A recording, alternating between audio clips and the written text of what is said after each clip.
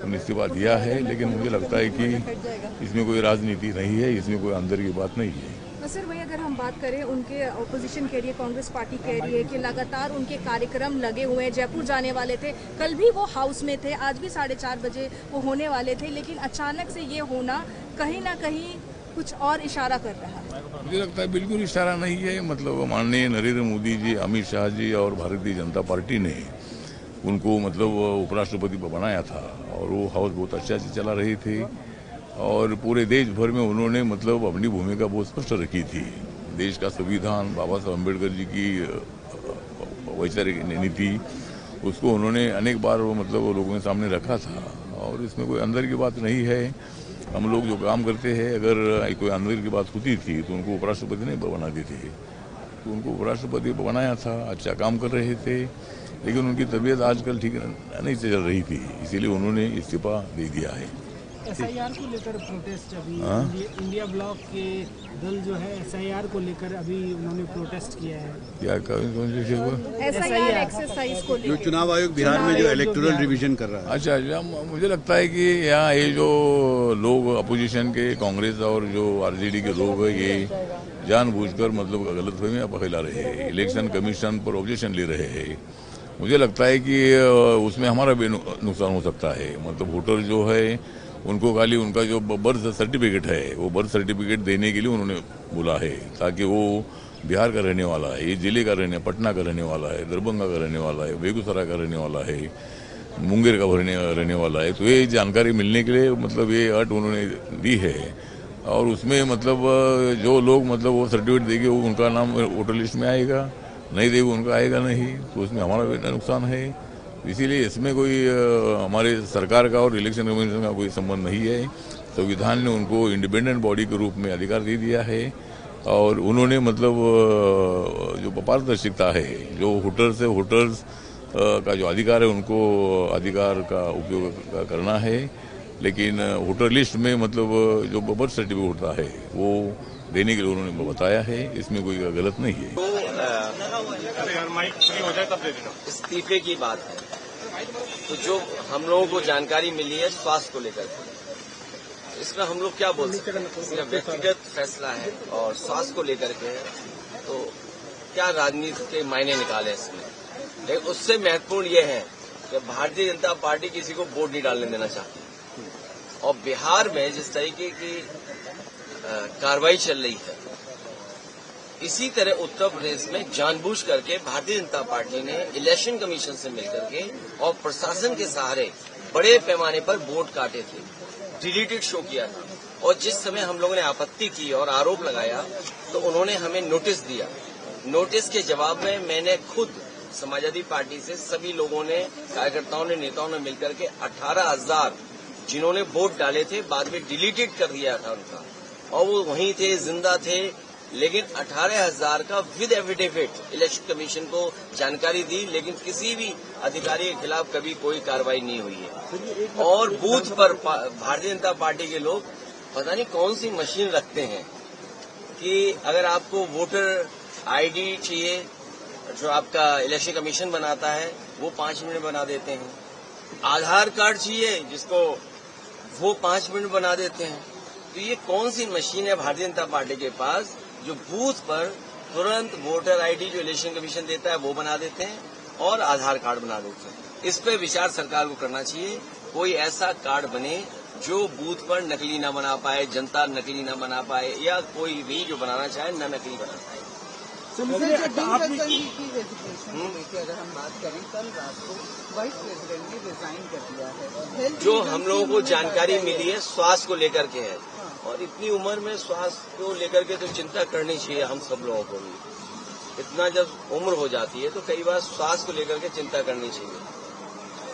18,000 का आपने आंकड़ा दिया, क्या सिर्फ एक विधानसभा क्षेत्र का? नहीं, एक नहीं, पूरे उत्तर प्रदेश का 3 महीने के अंदर हम लोगों ने मेहनत करके कार्यकर्ता नेताओं का सहारा लेकर के 18,000 वोट जिन्होंने वोट डाले थे डिलीट कर दिए गए थे, ऐसे लोगों के एफिडेविट के साथ जानकारी इलेक्शन कमीशन को दी थी। सरकार कह रही है कि 16 घंटे चर्चा करने के लिए तैयार है, पर विपक्ष नहीं मान रहा है। नहीं, हम लोग भी तैयार है चर्चा पर। जब प्रधानमंत्री रहेंगे, बिना प्रधान के क्या बयान दें और किसको बयान दें? क्या भूल हुई, क्या चूक हुई, क्या गलती हुई, इंटेलिजेंस फेलियर रहा, कोई एक बार नहीं हुआ। पुलवामा भी हुआ, फिर पहलगांव में हो गया। और बीजेपी की सरकार का पुराना इतिहास उठाओगे, यहीं पर गोलियां चल रही थी जहां हम और आप लोग खड़े हैं, जहां नई लोकसभा बनी इसी तरह से गोलियां चल रही थी। और कन्नौज की एक जो महिला इसमें थी फोर्स, पैरामिलिट्री फोर्स, उसकी जान भी, वो शहीद भी हुई। मुझे लगता है कि मैं विपक्ष से पूछना चाहता हूं कि क्या आप संविधान को मानते हो, या आप संविधान को मानते हो क्या? अगर संविधान को मानते हो तो क्या 2003 में नरेंद्र मोदी देश के प्रधानमंत्री थे? उस समय भी हुआ। ये एक संवैधानिक व्यवस्था है। आप संविधान को पैर तले कुचलते हो, बाबा साहब का नाम लेते हो। ये चुनाव आयोग कहते हो, मैं देख रहा था तेजस्वी यादव कह रहे हैं 3 महीना पहले क्यों? तेजस्वी यादव से पूछना चाहता हूं, राहुल गांधी से और विपक्ष से, BLO ये 1 हफ्ते में पूरा काम कर लेता है, एक बूथ पर एक है। अच्छा, वो पूछता क्या है कि आपके पास बताइए कि आप भारत के नागरिक हैं? नहीं हैं तो फिर आपको वोट देने का अधिकार कहां से है? यही तो है। ये साफ साफ बोले। हमारे गांव की कहावत है, रोने का मन हुआ तो आंख में गड़ा खुट्टी। ये इनको दर्द है, कुछ और दर्द है रोहिंग्या और बांग्लादेशियों के लिए, कि रोहिंग्या और बांग्लादेशियों का क्या होगा। उसी में ये कह रहे हैं तेरा क्या होगा कालिया। ये डर उन्हीं को है। ये इलेक्शन कमीशन अपना काम कर रहा है, जो भारत का नागरिक है उसे कोई डर नहीं है। और ये अब गुंडागर्दी कर रहे हैं। बिहार विधानसभा में टेबल कुर्सी आप पटक रहे हैं। यहाँ आप सभा के अध्यक्ष लोकसभा के, उन्होंने जारी किया था कि मकर ध्वज पर कोई धरना प्रदर्शन नहीं होगा। आप कौन सा कानून मान रहे हो? आप किसी का कानून नहीं मानते हो। चर्चा के लिए सरकार कह रही है, बिहार हो या दिल्ली, लोकसभा हो या राज्यसभा, बिहार का विधानसभा हो या बिहार के विधान परिषद, चर्चा करो। चर्चा भी नहीं करना है, चोरी और सीना जोड़ी। देखिए, हर जगह है ना, न्यायपालिका में भी गए हैं। कल उनको एफिडेविट जमा करना था इलेक्शन कमीशन को।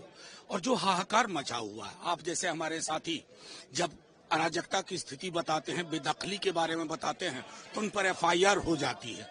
तो लोकतंत्र में मतदाता अगर महफूज नहीं है तो फिर लोकतंत्र महफूज नहीं है। और जो चीफ इलेक्शन कमिश्नर है, उनको ये सोचना चाहिए कि इतिहास उनको किस प्रकार याद करेगा।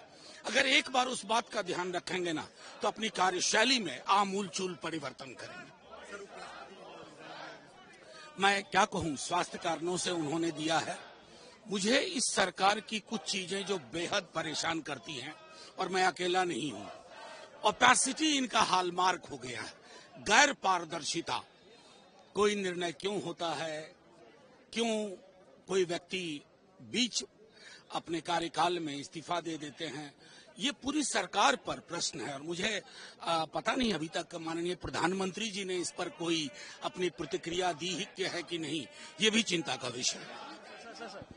Opposition is saying it is not a health issue, it is something else. क्या कहना चाहेंगी मैम आप? मैम, प्रधानमंत्री ने ट्वीट किया, कहा कि उन्होंने उनका कार्यकाल सबसे अच्छा रहा है, क्या कहेंगे? हम बहुत ही एक तरह से देखेंगे कि उनके प्रति जो है वो थैंकफुल है कि उन्होंने अपना वक्त, अपनी सेवाएं जो है वो देश के लिए दी, पार्लियामेंट के लिए, सदन के लिए दी।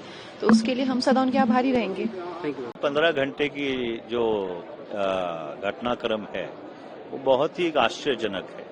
भारत के संवैधानिक इतिहास में शायद ये पहली बार हुआ है कि उपराष्ट्रपति जी ने इस्तीफा दिया और बहुत ही जल्दबाजी में, आनन फानन में इसको स्वीकार भी कर लिया गया। और इसलिए अगर उपराष्ट्रपति जी, भूतपूर्व उपराष्ट्रपति जी इसका उल्लेख करें कि परिस्थितियां क्या थी, उससे जो सच्चाई है वो 146 करोड़ भारत के लोग जान पाएंगे।